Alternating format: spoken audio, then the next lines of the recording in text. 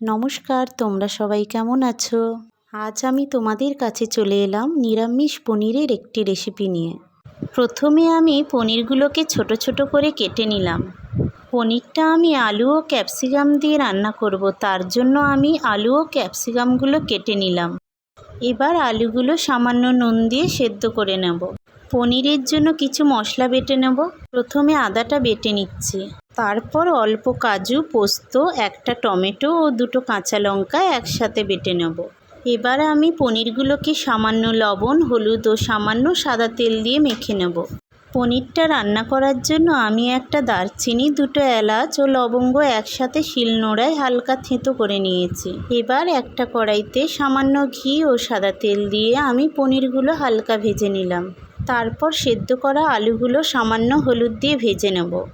আলু সেদ্ধর সময় লবণ দিয়েছিলাম, তাই ভাজার সময় আর লবণ দিলাম না। এবার অন্য একটা কড়াইতে সাদা তেল ও ঘি দিলাম। তেলটা গরম হলে অল্প পরিমাণ চিনি দিলাম। এবার একটা গোটা শুকনো লঙ্কা, তেজপাতা ও আগে থেকে শিলনোড়ায় থেঁতো করে রাখা গোটা গরম মশলাটা দিয়ে দিলাম। এবার কেটে রাখা ক্যাপসিকামগুলো দেব ও সামান্য নুন দেব। ক্যাপসিকামটা হালকা ভাজা হলে আদা বাটা, সামান্য হলুদ দেব। তারপর একসাথে বেটে রাখা পোস্ত, কাজু বাদাম, টমেটো ও কাঁচা লঙ্কার পেস্টটা দিয়ে মশলাটা কিছুক্ষণ কষাবো। এবার আগে থেকে ভেজে রাখা আলু ও পনিরগুলো দিয়ে একটু নেড়ে নেব।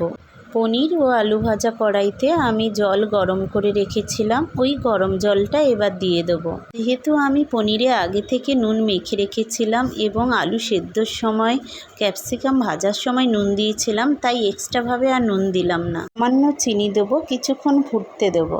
এবার নামানোর আগে সামান্য ঘি ও গরম মশলা দেব। এবার পনিরের তরকারিটা নামিয়ে নিলাম। রেসিপিটা কেমন হয়েছে তোমরা জানিও।